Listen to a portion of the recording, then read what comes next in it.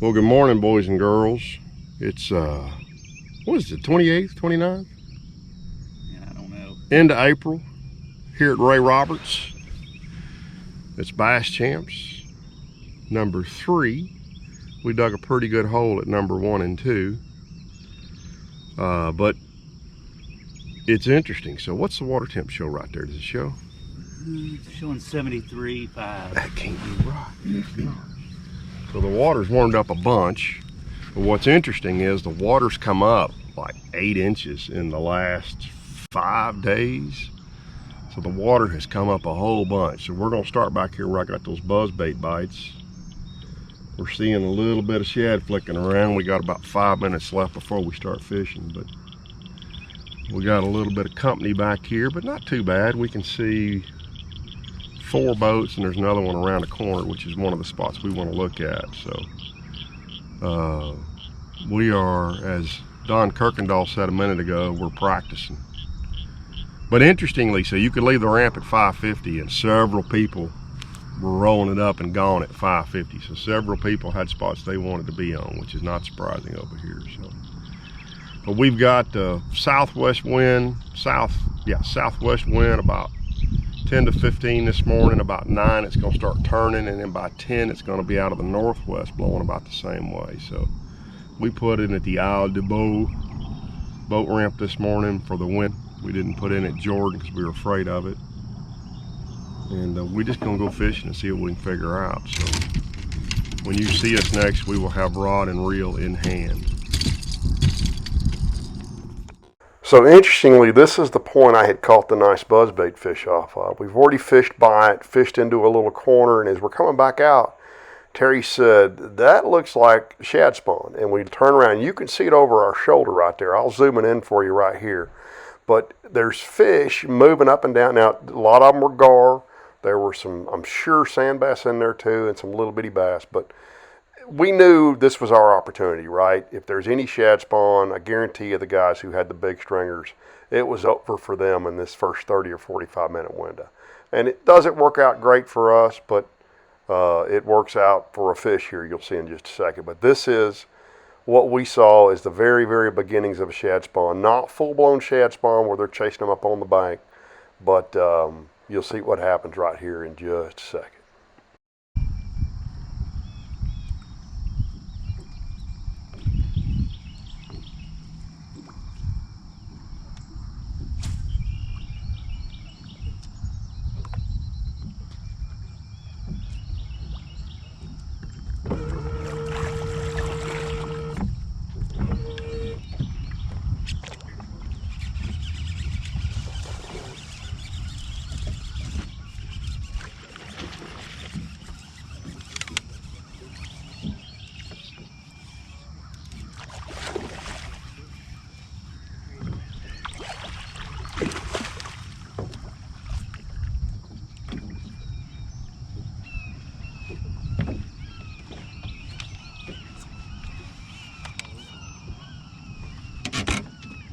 One.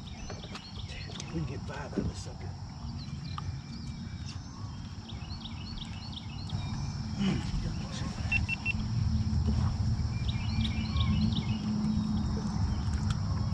Back up here and fish. I'll get everything taken care of. We'll put it in the line. I'll get the sucker out. Here, you throwing the live one? Put him in the line.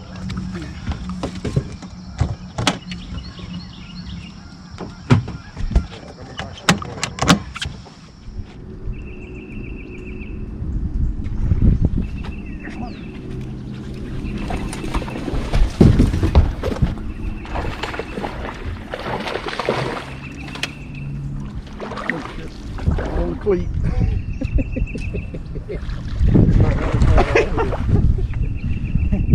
I guess I was standing in the damn net. Yeah. I've become a hell of a net man of recent times.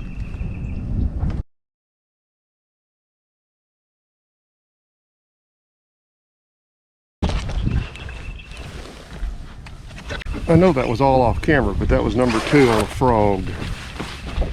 We had just talked about what to throw, and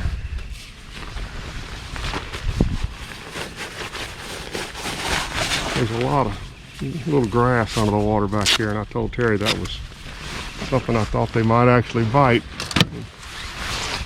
Sure enough, he's just tweaking. I mean, he's barely moving it, but it's a nice fish. Oh.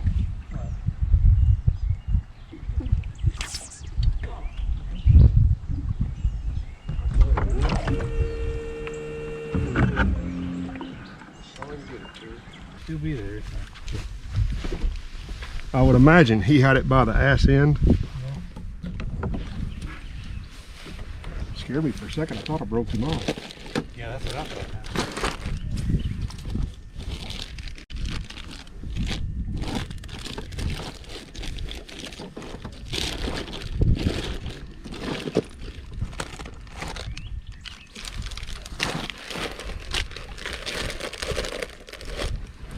Where'd you put my Senkos, dude? When you were using them down here a minute ago.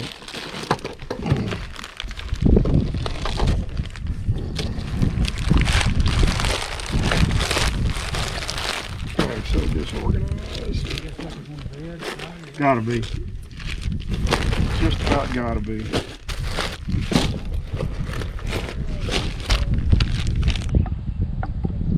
Now, it could be a great big long guard, too.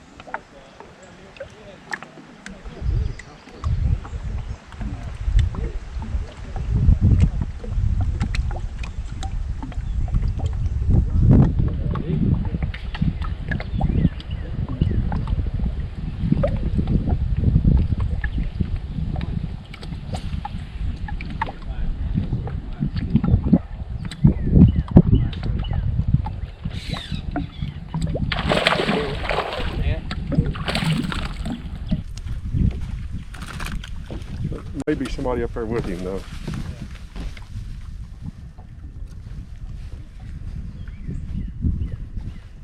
A keeper? He's going to be close, but I don't think so.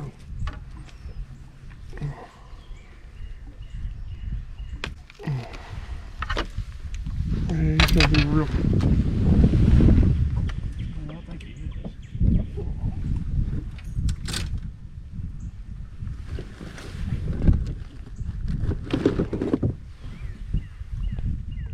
Oh, yeah, sure, 16 inches.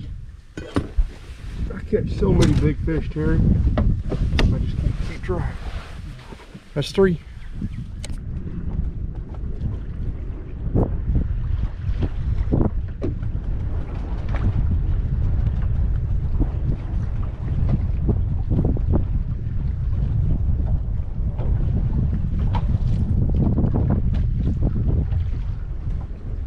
Fish?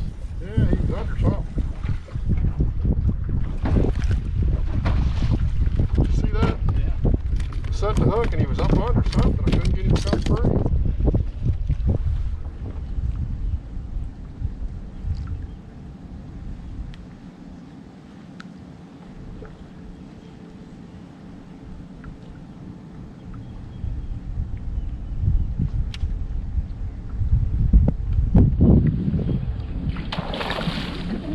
Good line.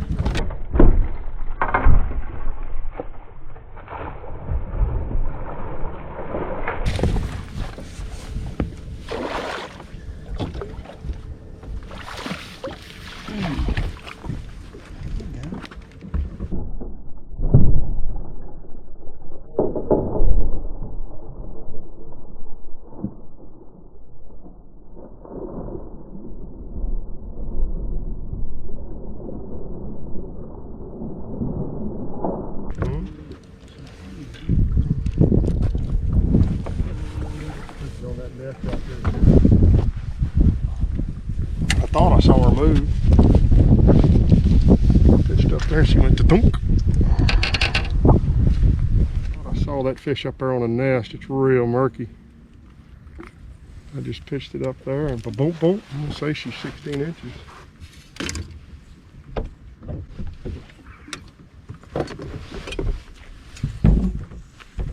Oh shoot, she's 17 inches. Hooray! Yeah. Number 4. Well, it's 10 minutes after 2. We can fish till 3. And we just caught our 4th fish. We don't have any weight, but just like always, still want to catch 5. And we could catch a 6-pounder. We might could catch a check. So we're gonna keep winging on them and see what we can figure out. Right here. I didn't hear you. You want me to help you grab them? Yeah. So Terry, if you were going to go big-time tournament bass fisherman, you'd want a big fast boat, right? Yeah. You'd want really good electronics. Yeah. Humminbird for mapping, Garmin for forward imaging, side imaging. Yeah. Really nice trolling motor for spot lock. Yeah. A bunch of good rods and reels. Yeah. All kind of tackle. Yeah. Any of those things we didn't have? We had all of it. Why can't we catch them? Little old fish in there. I can't get a hold of none of them. So guys, that's our day. We got 4, as you can see. We are turning them loose away from the weigh in. Mr. Hawkins did not put coal rings in 2 of them. So now he has rodeo. Oh, he grabbed the little one with coal ring in it. And I mean, we might have 10 pounds of full fish. Let's see what these 2 other ones look like.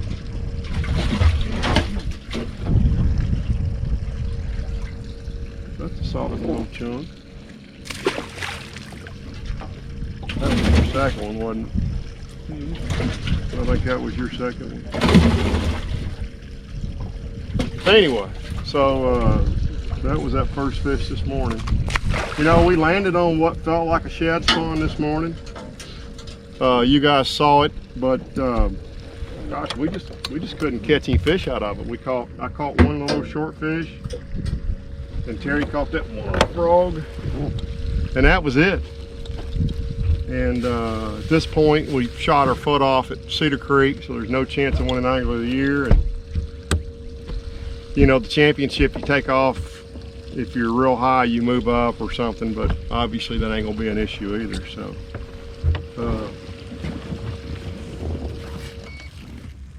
that's it. We tried, and Ray Roberts has defeated us, and we still do not know what stage these fish are in. That last fish I caught, I'm pretty sure it was on the nest, and I think the one I caught before that was probably on the nest or protecting the nest. Yeah. But none of the fish look beat up. They don't look post-spawn. We never saw a big female, you know, or any bloody tails or nothing. We talked to one guy who said he lost a 5-pounder this morning he saw on the nest, and he left it thinking he'd come back, and a guy saw him and come back in there and caught it out from behind him. So obviously there's a few.